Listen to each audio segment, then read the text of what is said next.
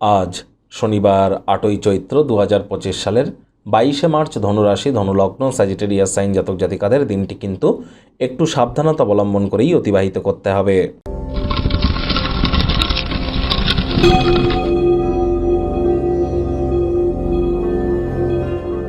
ভিডিওটির শুরুতেই স্ক্রিনে আপনারা দেখতে পাচ্ছেন শনি মহারাজের প্রণাম মন্ত্র। ওম নীলাঞ্জন চয় প্রক্ষং রবি সুতং মহাগ্রহম ছায়া গর্ভসম্ভূতং তং নমামি শনিশ্চরম। এটি আজ আপনারা সন্ধেবেলার সময় 108 বার জপ করুন না, এটি আপনাদেরকে বহুলাংশ উপকৃত করবে। আজ পারলে ব্ল্যাক বা ব্লু কালারের ড্রেস আপনারা পরিধান করতে পারেন।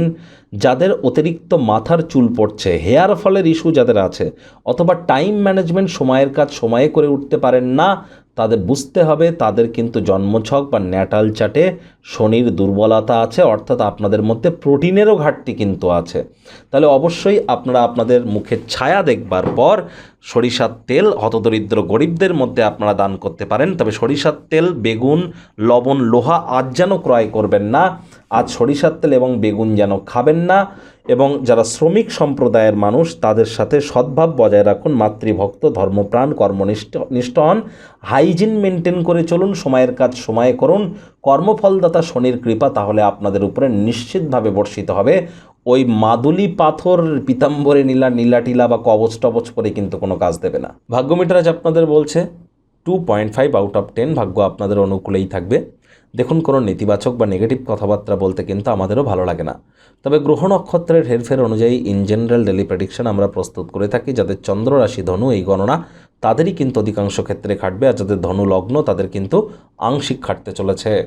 কায়িক পরিশ্রমের কারণে শরীরে ক্লান্তি আপনারা অনুভব করতেই পারেন। ওজন বুঝে ভোজন গ্রহণ করুন। রাস্তাঘাটে সাবধানে গাড়ি ঘোড়া চালান। কোনো প্রকার নেতিবাচক অনুভূতির আশ্রয় ভুলেও যেন গ্রহণ করবেন না। হতাশা কিন্তু আপনাদেরকে গ্রাস করতেই পারে। অর্থগত ব্যাপারে ব্যয়বহুল একটি দিন, খরচ বাড়বে।